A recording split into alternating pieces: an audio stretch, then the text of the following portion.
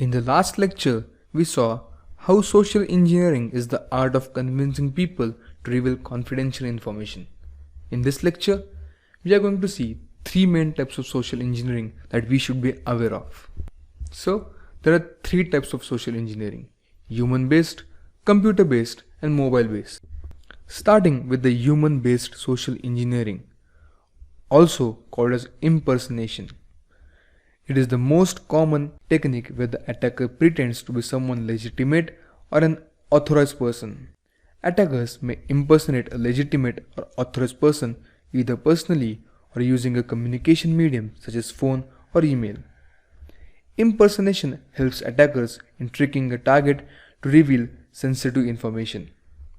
Phishing or voice over IP is an impersonation technique, or also called as electronic fraud, in which the attacker tricks individuals to reveal personal and financial information using voice technology such as telephone system, or also simply calling the targets. There are three main types of human-based social engineering: eavesdropping, shoulder surfing, and dumpster diving.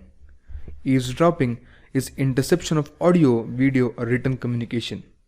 It can be done using communication channels such as telephone lines, emails, or even instant messaging. Shoulder surfing uses direct observation techniques such as looking over someone's shoulder to get information such as password, PIN, account numbers. Shoulder surfing can also be done from a longer distance with the aid of vision enhancing devices such as binoculars that are equipped with capability of obtaining long distance information. Dumpster diving is looking for treasure in someone else's trash. It involves collection of phone bills, contact information, financial information, operations related information, and many other. Computer-based social engineering is information which is carried out with the help of computers. Pop-up windows. These are windows that suddenly pop up while surfing the internet and ask for users' information to log in or sign up. You might have encountered pop-up windows. Hoax letters. Hoax letters are emails that issue warnings to the user on new viruses, trojans, worms that may harm user's system. Chain letters.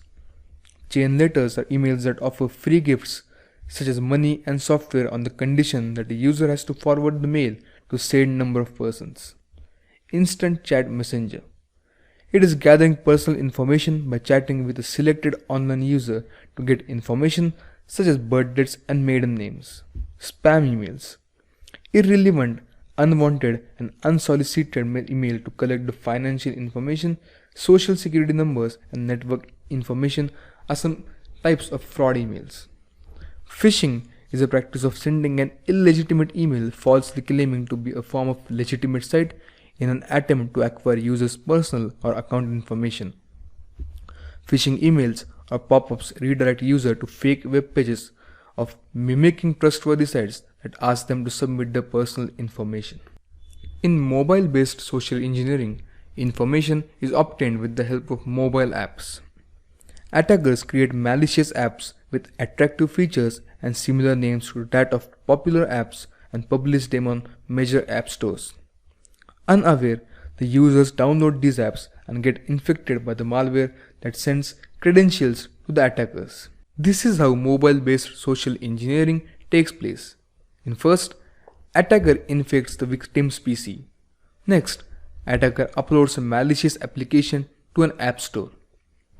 The victim logs onto his or her bank account. Malware in the system displays a pop-up message telling the victim to download an application onto his or phone to receive security messages. Victim downloads the malicious application on his or her phone. At this point, the attacker can access second authentication factor sent to victim from the bank via SMS, and all your money in the account is hence stolen by the attacker.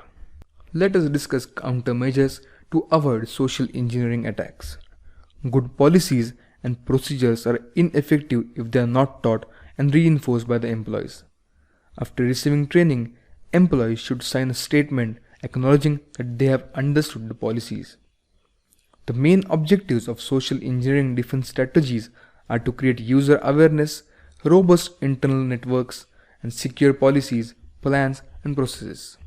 Therefore, the company should train individuals on security policies, should generate awareness about such attacks, restrict access of outsiders in authorized area, prepare a proper incident response team, scrutinize information, implement two-way factor authentication, archive critical data, perform regular risk assessments, and verify background of the employees.